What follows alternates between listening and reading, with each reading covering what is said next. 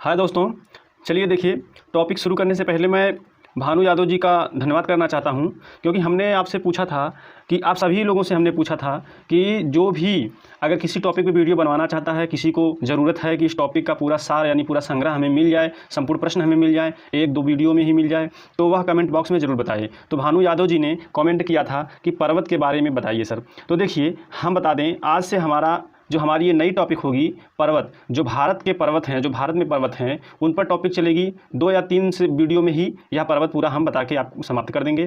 तो चलिए बने रहिए वीडियो पे लगातार। आज देखते हैं हम नई टॉपिक के साथ। टॉपिक का नाम है भारत के पर्वत। तो सबसे पहला प्रश्न हमारा है आपके सामने कि भारत की उत्तरी सीमा पर स्थित पर्वत है। भारत की उत्तरी सीमा पर स्थित पर्वत है, कौन सा भारत की उत्तरी सीमा पर स्थित पर्वत है? तो हमारा ऑप्शन बी होगा, हिमालय। देखिए, हिमालय पर्वत जो है वह भारत की उत्तरी सीमा पर स्थित है। जितने भी ऊंची ऊंची चोटियां हैं सभी लगभग हिमालय पर ही स्थित हैं। जो विश्व की सबसे सर्वोच्च चोटी है माउंट एवरेस्ट, वह भी हिमालय पर ही स्थित है। करीब 100 सर्वोच्च शिखर आपको हिमालय पर मिल जाएंगे। चलिए अब अगले प्रश्न पे चलते हैं। अगला प्रश्न है, दिया है कि हिमालय पर्वत एक प्रमुख प्रकार का है। देखिए, हिमालय एक प्रमुख प्रकार का पर्वत है, कहने का मतलब कि किस प्रकार का पर्वत है हिमालय? तो आप बी ऑप्शन को चुनेंगे, वलित पर्वत। हिमालय एक वलित पर्वत है। यह प्रश्न भी बार बार पूछा गया है, बहुत बार पूछा गया है कि जो हिमालय पर्वत है वो किस प्रकार का पर्वत है? वलित पर्वत है। इसे आप याद कर लेंगे। चलिए अगले प्रश्न पे चलते हैं। अगला प्रश्न दिया है, भारत में सबसे ऊंची पर्वत चोटी कौन सी है? हमने अभी आपसे बताया है कि भारत की लगभग 100 सर्वोच्च चोटियां ऐसी हैं कि जो हिमालय में स्थित हैं। तो इस हिसाब से जो भारत में सबसे ऊंची सर्वोच्च चोटी, देखिए वह जो माउंट एवरेस्ट है वह विश्व की सबसे ऊंची चोटी है। और यहाँ पर प्रश्न पूछा गया है कि भारत की सबसे ऊंची चोटी कौन सी है? तो यहाँ पर आपका विकल्प होगा ए वाला गाडविन ऑस्टिन। ये वाला विकल्प सही है, तो ये वाला विकल्प आप लगाएंगे। ठीक, चलिए अगले प्रश्न पे चलते हैं। अगला प्रश्न है, भारत में हिमालय की सर्वोच्च पर्वत चोटी है। मतलब हिमालय की जो सर्वोच्च चोटी है, हिमालय पर ही माउंट एवरेस्ट है, लेकिन वह विश्व की सर्वोच्च चोटी है। यहाँ पर क्या पूछा है? भारत में हिमालय की सर्वोच्च चोटी। तो हमें भारत में जो हिमालय पर सर्वोच्च चोटी है उसको बताना है। तो हमारा कौन सा है? हमारा जो चौथा का है सी, यानी कौन सा? कंचनजंगा पर्वत चोटी है, कंचनजंगा। आपका विकल्प सी सही है। देखिए, विश्व का पूछता तो माउंट एवरेस्ट, भारत का पूछा है तो हमें कंचनजंगा पर टिक लगाना होगा। कहने का मतलब यह है कि कंचनजंगा को ही गाडविन ऑस्टिन या केटू भी कहा जाता है। यह पर्वत जैसे हिमालय पर्वत का ही नहीं बल्कि काराकोरम पर्वत श्रेणी का सबसे ऊंचा पर्वत है।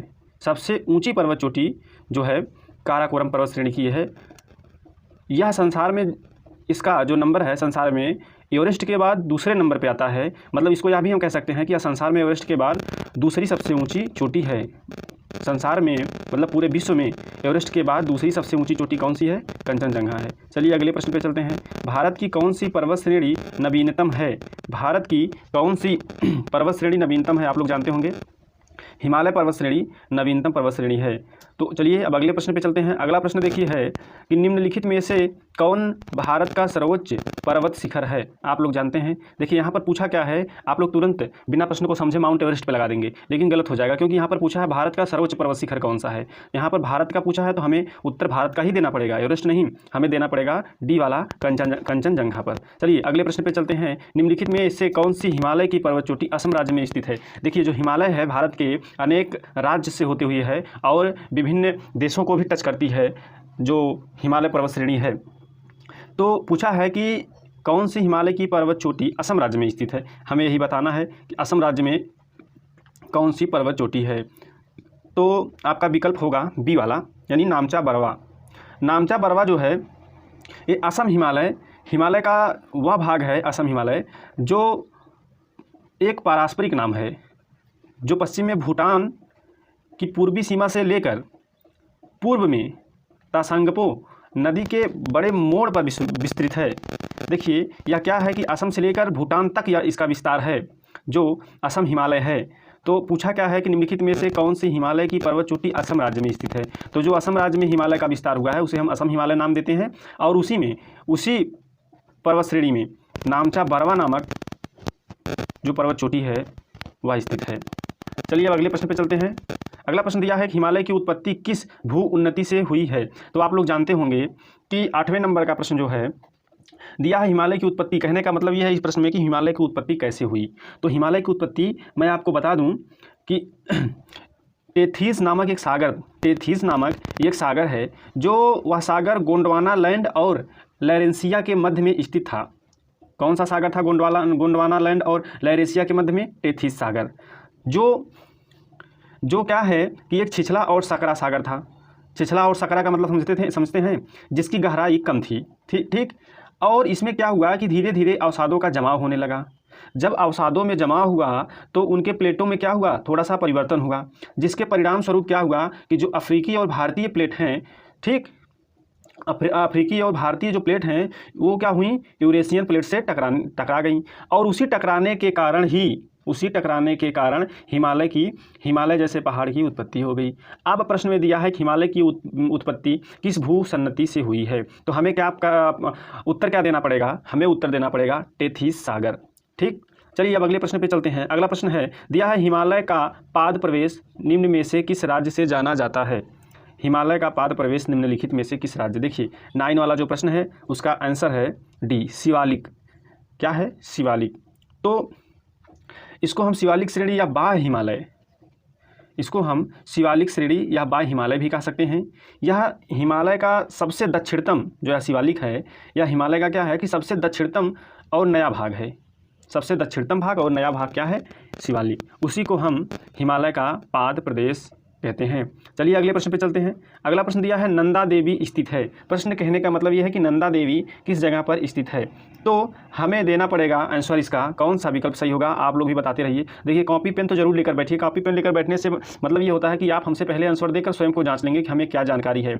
इस टाइप से जो हम यह मॉक टेस्ट करवा रहे हैं इसका मतलब बस इतना ही है कि आप कहीं ना कहीं किसी न किसी प्रकार से थोड़ा बहुत जानकारी रखते हैं और यहाँ पर आपका टेस्ट लिया जा रहा है, उसी के माध्यम से आपको विस्तार पूर्वक बताने का प्रयास भी किया जा रहा है। तो दिया है कि नंदा देवी स्थित है। नंदा देवी कहाँ स्थित है? तो नंदा देवी साथियों उत्तराखंड में स्थित है। आपका विकल्प बी सही होता है।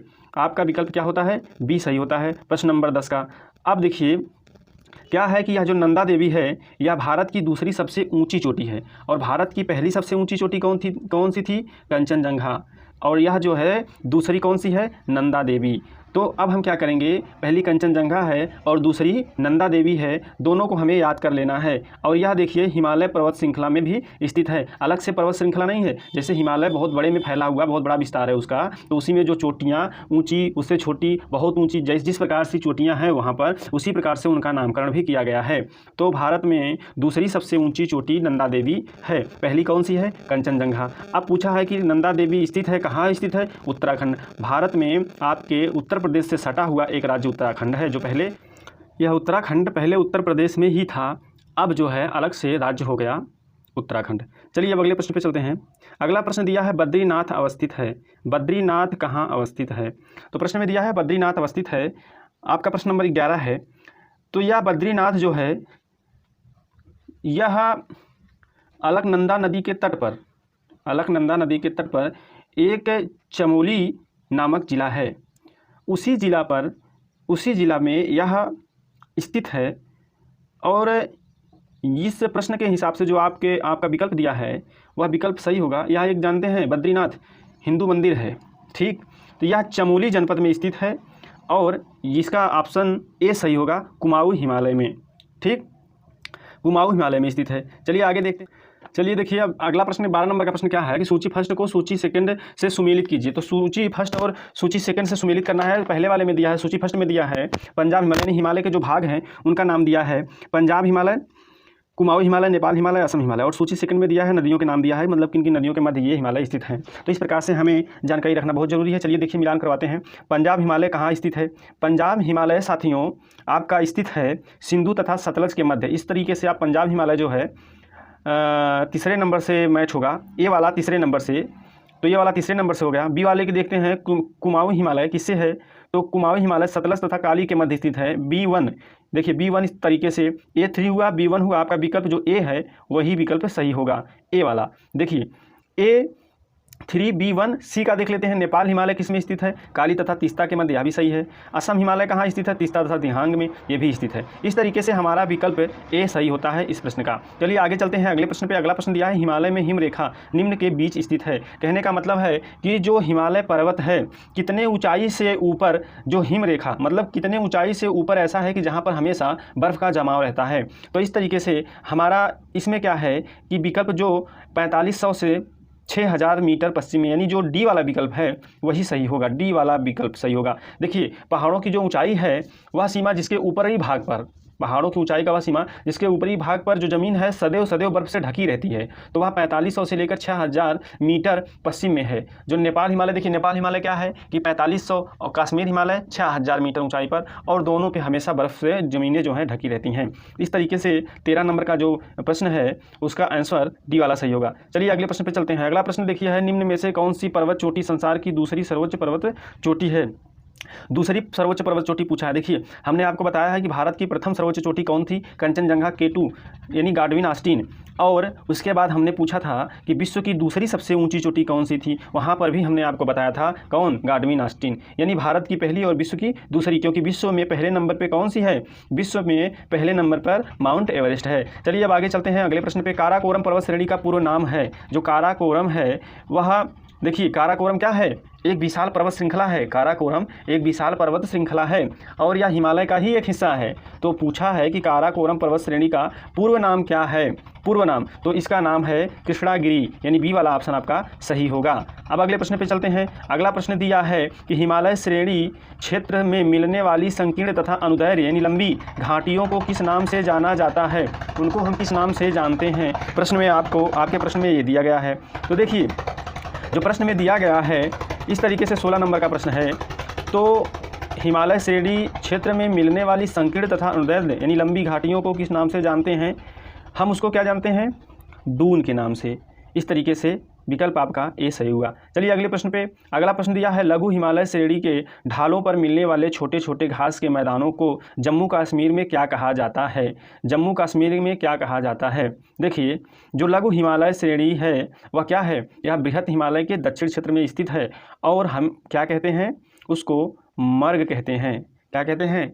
जम्मू कश्मीर में उन घास के छोटे छोटे मैदानों को क्या कहा जाता है? मर्ग कहा जाता है। चलिए अगले प्रश्न पे चलते हैं। अगला प्रश्न दिया है, लघु हिमालय श्रेणी के ढालों पर मिलने वाले छोटे छोटे घास के मैदानों को उत्तराखंड में क्या कहा जाता है? अब हमें क्या देखना है? उत्तराखंड में क्या कहा जाता है? उत्तराखंड में कहते हैं बुंग्याल एवं पयार। उसको घास के मैदान को क्या कहते हैं? बुंग्याल एवं पयार। चलिए अगले प्रश्न पे चलते हैं। अगला प्रश्न है, सतलज एवं काली नदियों के बीच हिमालय का कौन सा प्रादेशिक विभाग स्थित है? सतलज एवं काली नदियों के बीच, देखिए अभी जो मिलान करने वाला प्रश्न था उसी पर आधारित फिर दोबारा यह प्रश्न पूछ लिया गया है। तो यह प्रश्न जो होगा इसका विकल्प जो होगा बी वाला कुमाऊं हिमालय सही होगा। वहाँ पर हमने क्या मिलाया था? कुमाऊं हिमालय को सतलज एवं काली नदियों से मिलाया था। तो इस तरीके से इसका विकल्प बी सही होगा। हिमालय के 4 क्षैतिज विभाजनों में से यह जो है एक विभाजन कुमाऊं का हिमालय भी है। जब हिमालय को हम क्षैतिज रूप से 4 भागों में बांटते हैं तो वहाँ कुमाऊं हिमालय का भी जिक्र होता है, जिसकी क्या है? जिसकी लंबी श्रृंखला कितनी है? 320 किलोमीटर। ठीक, चलिए अब अगले प्रश्न पे चलते हैं। अगला प्रश्न है आपके सामने कि काली एवं तीस्ता नदियों के बीच हिमालय का कौन सा प्रादेशिक विभाग स्थित है?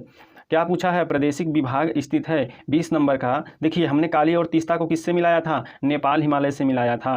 तो अब हमारा जो यह प्रश्न है इसका विकल्प बी सही होगा, जो 800 किलोमीटर लंबा फैला हुआ है। अब चलिए अगले प्रश्न पे चलते हैं। लिखा है कि किस हिमालय चोटी को सागर माथा कहते हैं? सागर माथा किसे कहते हैं? देखिए जो माउंट एवरेस्ट है, हमारे भारत में माउंट एवरेस्ट जो है उसको हम लोग माउंट एवरेस्ट कहते हैं, लेकिन विश्व में माउंट एवरेस्ट के नाम से ही जाना जाता है। लेकिन जो नेपाल में है, नेपाल में इसे सागर माथा के नाम से जानते हैं, इसलिए विकल्प हमारा जो सी होगा यही सही होगा। चलिए अगले प्रश्न पे चलते हैं। देखिए माउंट एवरेस्ट पर्वत की जो शिखर है उसकी ऊंचाई कितनी है? 8850 मीटर है। अब अगले प्रश्न पे चलते हैं। अगला प्रश्न है, एडमंड हिलेरी तथा तेनजिंग नोर्गे द्वारा विश्व की सर्वोच्च पर्वत चोटी माउंट एवरेस्ट पर सबसे पहले किस वर्ष विजय प्राप्त की गई थी? यहाँ से प्रश्न बहुत बार बना हुआ है कि पर्वत चोटी जो माउंट एवरेस्ट है उस पर सबसे पहले किसने चढ़ा था, मतलब कौन ऐसे लोग थे जिन्होंने अपना पहला कदम वहाँ पर रखा था।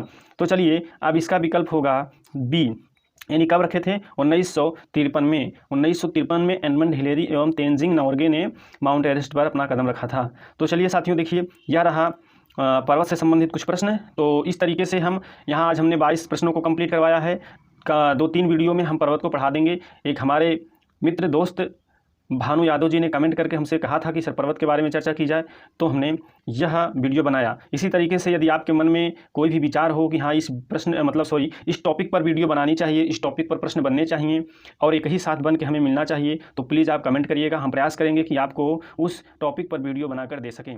धन्यवाद।